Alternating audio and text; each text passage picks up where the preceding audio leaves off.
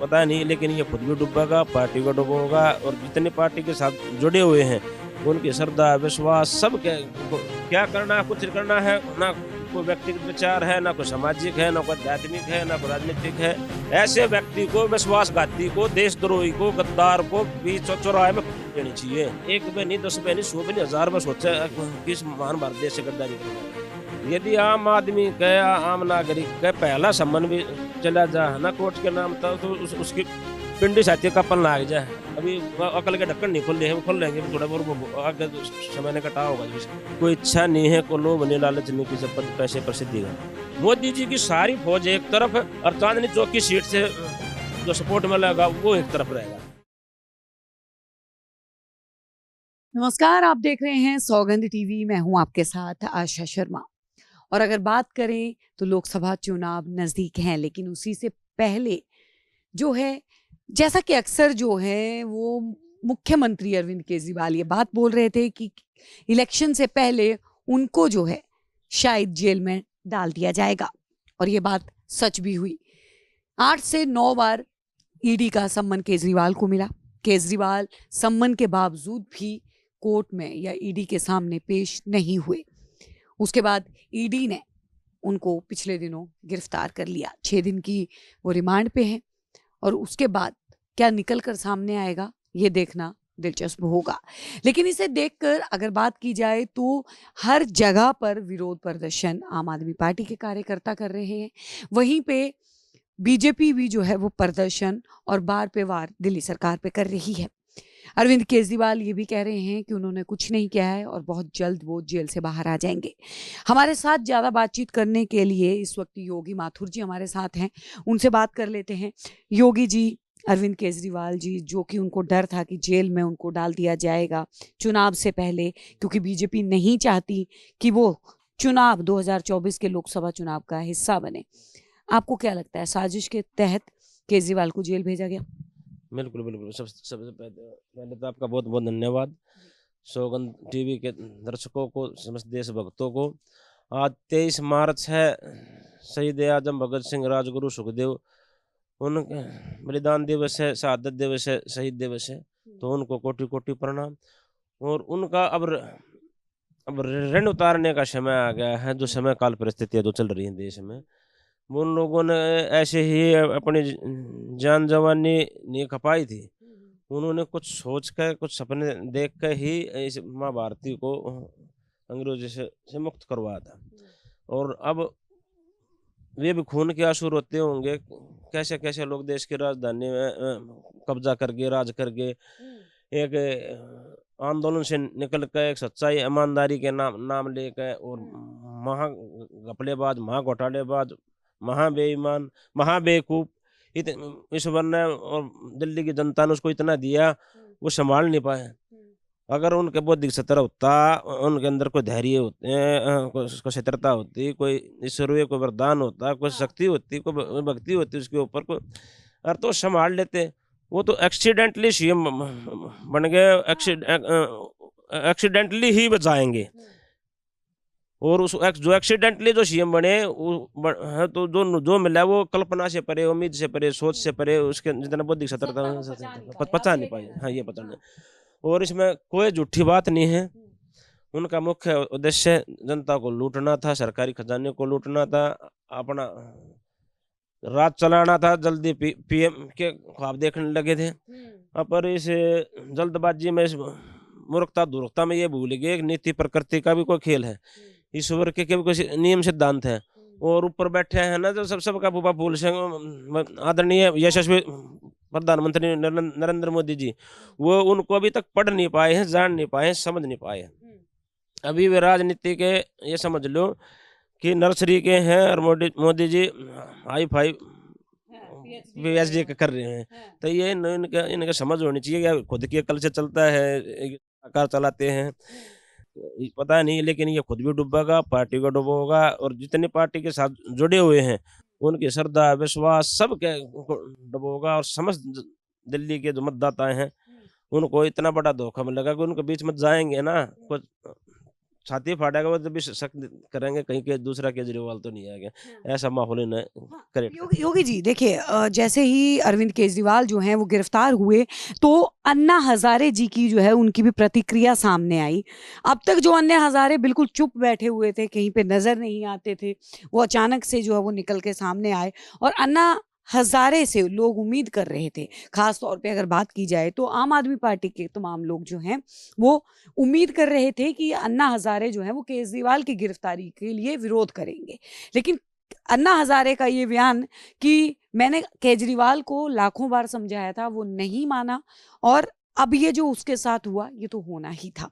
आप इस चीज से कितना से बिल्कुल। देखो जो अरविंद केजरीवाल का जो नामक प्रोडक्ट है, ये आंदोलन से निकला हुआ है। जो तो आंदोलन से जो नेता बनते हैं, एक तो समर्पित हो जाते हैं कुछ देश समाज की सेवा के लिए, कुछ एक पाखंड टाइप के हो जाते हैं, वे पहले से मास्टरमाइंड बना करते हैं। भी ऐसे ऐसे लोगों को मानसिक रूप से कैप्चर करना है, भावनात्मक रूप से कैप्चर करना है और उनकी वोट बटोर के और मलाई खानी है, सत्ता के शौक भोगने हैं। मैं खुद हम एक डिब्बा लेकर बुक करवा के रेल का और अन्ना हजारे जी के पास पहुंचे थे और पूरे दरबार में हाथ जोड़ कर निवेदन कर रहा था जी, एक बार आकर आप ये कह दो अभी दिल्ली वासियों, आपने भरोसा करा मुझ पे और अरविंद केजरीवाल पूरा आशीर्वाद दिया, लेकिन ये गलत निकला है। मेरे कहने से एक बार इसको पलटा मार दो और ये मेरे माथे पे कलंक है, मैं मेरे आत्मा पे बोझ है कि भाई मैं इस देश को एक ऐसा दशाहीन नेता देकर जा रहा हूँ जिसे जल्दी और ज्यादा का मानसिक रोग है। क्या करना है, कुछ करना है ना, कोई व्यक्तिगत विचार है, ना कोई सामाजिक है, ना कोई आध्यात्मिक है, ना कोई राजनीतिक है, किसी सतर पे विचार ही नहीं है। उसके लिए अब खुल करना जी नहीं बोलना चाहिए, चलो मेरे माथे का कलंक दूर गया, इसको कभी भी बाहर नहीं निकलना चाहिए और कभी बाहर नहीं। अब ये मतलब थोड़ी है जनता का विश्वास जीत के और वो साल 6 महीने 2 साल में फिर आके फिर नाटक नोटंकी करेगा। ऐसे व्यक्ति को, विश्वासघाती को, देशद्रोही को, गद्दार को भी चौराहे में देनी चाहिए, ताकि जो बाकी गद्दार हैं वे नसीहत ले और वे सोचें देश से गद्दारी करने से पहले। अब एक बार नहीं, 10 बार नहीं, 100 बार नहीं, 1000 बार सोचे किस महान भारत देश से गद्दारी करने जा रहे हैं। अब इस देश में ऐसे सख्त कानून होने चाहिए जिससे माँ भारती को संपूर्ण न्याय मिल सके, संपूर्ण सम्मान के साथ। अब ये वो समय चल रहा है। अच्छा, अब ये भी जो है वो बोला जा रहा है कि क्योंकि अगर बात करें तो जब पहला सम्मन गया था या दूसरा सम्मन गया था, उस वक्त से लगातार योगी जी ये बात तो केजरीवाल कह रहे थे, कई जनता के बीच में भी गए, अभियान भी चलाया कि अगर जेल हो जाती है तो केजरीवाल क्या जेल से सत्ता चलाएंगे। अब ये अटकलें लग रही हैं कि क्या वो जेल से सत्ता चलाएंगे। देखो, पहले सम्मान की बात करते हैं। यदि आम आदमी का या आम नागरिक का पहला सम्मान भी चला जाए ना कोर्ट के नाम था, तो उसकी पिंडी साथी कपन लाग जाए, पता ना क्या होगा, वकील करना पड़ेगा, वकील बनाना पड़ेगा, उसको फीस देनी पड़ेगी, पता नाना खाना सब भूल के गिरता फिरता कोर्ट में पहुंचा है, 9 बजे 10 बजे पहुंचाना है। और अगर पहले पे नहीं जावे, दूसरे पे नहीं जावे, तो सीधा मजिस्ट्रेट अपनी बेइज्जती समझे है मैं सम्मान भेज रही हूँ, आ नहीं रहा है और इसको उठा कर लाओ। और तो कानून अपनी बेइज्जती समझे, मजिस्ट्रेट अपनी बेइज्जती समझे है और तुरंत ऑर्डर देते हैं उठा लाओ। ये पहले दूसरे में ने मतलब 9 में मैं इसलिए उठवा लिया। हाँ, तो वो सीएम थे तो उनको ज्यादा मिल गए। ये उनका कोई भेदभाव नहीं कर रहा क्या, ईडी ने को पक्षपात नहीं कर रहा क्या, पूरे प्रोसीजर है उससे गुजर के गई हैं। अगर वो पहले चला जाता है, अगर देखो मेरे से गलती होगी, मैं समझ रहा था अपने ज्यादा चालाक चतुर और मेरे बाप आप निकले और मैं आपको सारी सच्चाई बता दूंगा, सरकारी गवाह बन जाएगा, नहीं सारा ना पकड़ लो और ना मुझे राज चाहिए ना सीएम बनना चाहिए, मेरा ऐसा गुजारा कर दे, मेरी जिंदगी कट जाए। तो सिलेंडर करता है, कुछ राहत होती कि नहीं होती, लेकिन वो किंगकोंग बन रहा है, उसके सलाहकार किंगकोंग बन रहे हैं, ये नहीं बताओ ऊपर बैठा कौन है। अभी अकल के ढक्कन नहीं खोल रहे हैं, खोल लेंगे थोड़ा बहुत आगे समय ने कटा होगा जब। हाँ तो देखिए, योगी जी जो है वो तमाम केजरीवाल के मुद्दे पे हमने बात करी, लेकिन अब बात करेंगे थोड़ी सी लोकसभा चुनाव को लेके। योगी जी, लोकसभा चुनाव अब अप्रैल में होना है और 6 या 7वें चरण में जो है वो दिल्ली में भी होने हैं। आपने भी जो है वो दावेदारी भरी है, लोकसभा चुनाव आप भी लड़ रहे हैं। जानना चाहेंगे कौन सी पार्टी से लड़ रहे हैं और क्या आपकी जो है वो रणनीति है चुनाव में आने की, चुनावी मैदान में ही आपको क्यों उतरना पड़ा और क्या सोच के आप चुनाव लड़ रहे हैं। बिल्कुल। देखो, हमें कोई शौक नहीं है, कोई इच्छा नहीं है, कोई लोभ नहीं, लालच नहीं, किसी पद पैसे प्रसिद्धि का। कोई हमारा बैकग्राउंड भी नहीं है कि भाई हमारे पिछले राज करते आ रहे थे, उस राज की खाज हर चलन करना पड़ेगा ना। ये तो अंदर के अंतरात्मा की आवाज, हर कोई प्रकृति परमात्मा करवाना चाह रहा था, हमने आगे बढ़ना चाहिए। अरविंद केजरीवाल नामक जो शख्स है, अगर इसके जो ये दूषित विचारधारा है, दिशाहीन विचारधारा है, इसको नहीं रोका गया तो महाविनाश निश्चित है। और इसको रोकने के लिए हमारे संगठन, साधु संगठन सब साथ में लगे हुए हैं, सैनिक भी हैं, साधु भी हैं, वैसे सामाजिक भी हैं। तो इसको और कुछ नहीं तो ये नाटक नोटंकी करता रहेगा, देश में दिल्ली में अराजकता फैलाता रहेगा कि कुछ करना धरना नहीं है। इसको रोकने के लिए मोदी जी अंतर्राष्ट्रीय स्तर के वे बन रहे हैं, नेता बन रहे हैं, उनको भी सोचना पड़ा है कि गरिमाना गैर देश की, मेरी दिल्ली की राजधानी की। तो उस कारण इसको अब ये अपने आप नैतिकता के आधार पर ना तो इस्तीफा देगा, ना ये सुधर है, जो हमारा विचार है ये सुधारना पड़ेगा। इसलिए हमने चुनाव लड़ने के लिए दिल्ली विधानसभा की तैयारी थी। वैसे तो हमारी 3 बार शीला जी ने शपथ ली थी, उसका कार्यकाल विदा हो गया था, 3 बार इसने ले लिया, अब इसका भी कार्यकाल की विदाई का समय आ रहा है। और तो दिल्ली अब ये मैं समझो कि लावारिस होगी है, अनाथ होगी है, इसका कोई वाली वारस नहीं है। अब दिल्ली को संभालने के लिए हम चले हैं। और अब ये तो ताजी घटना हुई है, दिल्ली सरकार गिरफ्तार, देश के इतिहास में पहली खबर।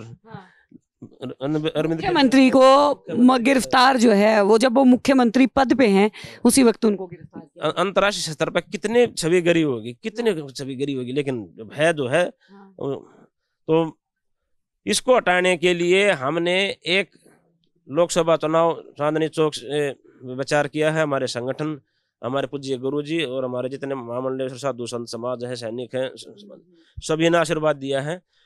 और वे कह रहे हैं कि हमारी पार्टी से, हमारी पार्टी दर्जनों पार्टी संगठन बने हुए हैं, लेकिन ये घूम फिर के अंतिम निर्णय हुआ कि आजाद उम्मीदवार के रूप में उतरना है। आजाद उम्मीदवार में सभी का स्नेह और आशीर्वाद मिलेगा। कोई ये एक न खुश करेंगे 10 नाराज होंगे। आजाद उम्मीदवार में सारे के सारे खुश होकर आएंगे, समर्थन मिलेगा और आशीर्वाद मिलेगा। तो इसलिए आजाद उम्मीदवार से लोकसभा में उतरना चाहते हैं, चांदनी चौक से। यदि यहाँ से भगवान आत्मविश्वास फल है, यदि शब्द के मैं क्षमा प्रार्थी हूँ, जो दिख रहा है नीति प्रकृति द्वारा, अगर भाई कुछ ना कुछ ऐसा चमत्कार होगा कि चांदनी चौक की जनता मुझे पूरा आशीर्वाद देगी और मैं लोकसभा जाऊंगा तो मुझे विधानसभा की तैयारी करनी है।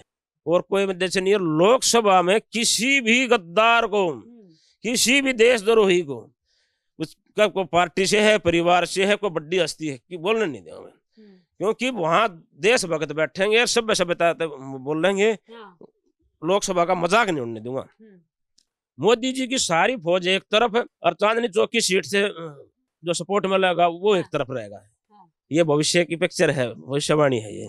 तो मैं उनको, अगर वे देश हित में काम कर रहे हैं, समाज हित में काम कर रहे हैं और भारत को विश्व गुरु बनाना चाहते हैं, उनके कदम से कदम, ताल से ताल ठोकेंगे और एक नया विकल्प देंगे, नई सोच देंगे, नया विचार देंगे, एक नया समर्पित संगठन देंगे जो भारत सरकार के काम आएगा, समाज के उत्थान के काम आएगा।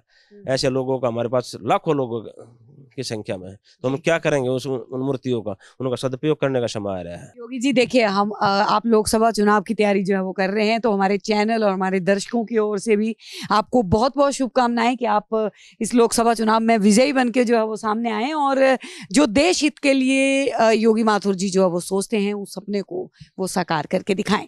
बने रहिए हमारे साथ। आप देख रहे हैं सौगंध टीवी, सौगंध वतन की।